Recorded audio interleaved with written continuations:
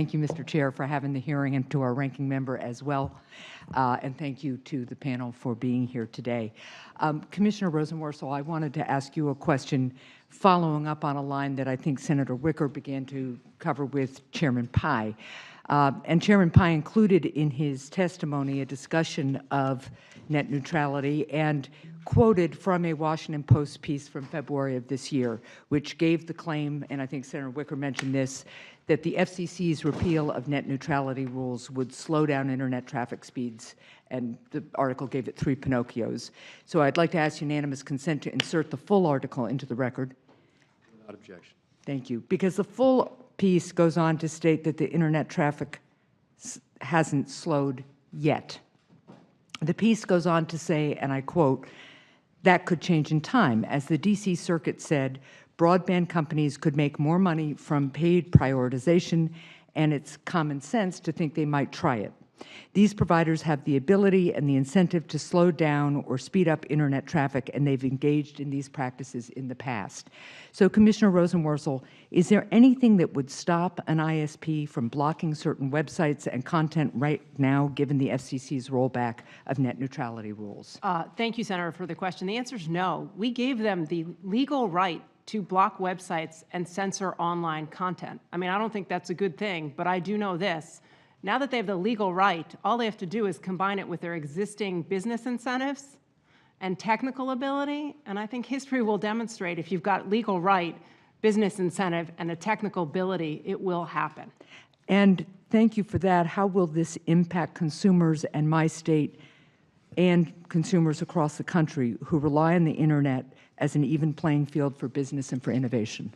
Yeah, it's not good for anyone who consumes or creates online. We're adding another gatekeeper and toll online. We could have them build the Internet into a fast lane for some and slow lane that's bumpy for the rest of us. I don't think that's the openness that has led our Internet economy to thrive.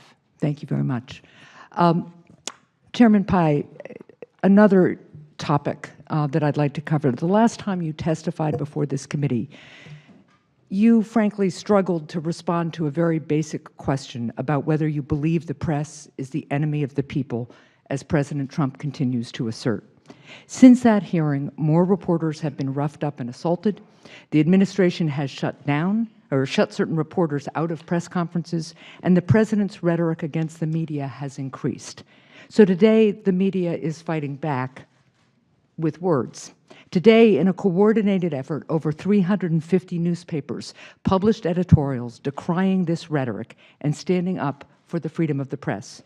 So my question to you and the entire panel is, and I'd just like a yes or no, do you believe the president's rhetoric is harmful to the values enshrined in the First Amendment of the United States Constitution? Senator, as I answered last year, in response to your letter, I do not believe the media are the enemy of the people. And is the president's rhetoric harmful to the values enshrined in our First Amendment, yes or no? I'm not going to make comments on people's political comments on either side of the aisle. I'll simply say that this FCC has proven that it will stand on the side of the First Amendment in all its forms. Well, I think there are several reporters who might differ with you on that. Mr. O'Reilly. I think that the First Amendment and the ability of press and journalists to respond to the circumstances are stronger than anyone's critique, any particular person's, no matter who they may be. So you don't think the president's rhetoric is harmful to the First Amendment?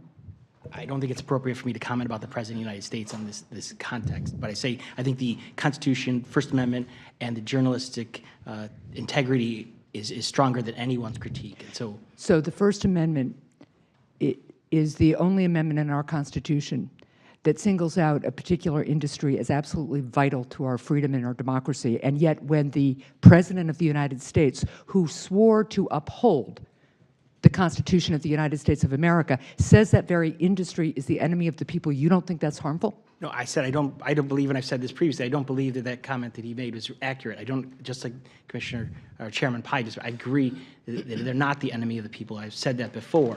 However, I believe that the strength of journalists is stronger than any criticism of any one person, no matter who they may be. Again, I think there are members of the press who might differ with you. At least the question is it harmful? And I'm not going to get in a debate with you. I think you're reluctance to answer speaks for itself. Mr. Carr.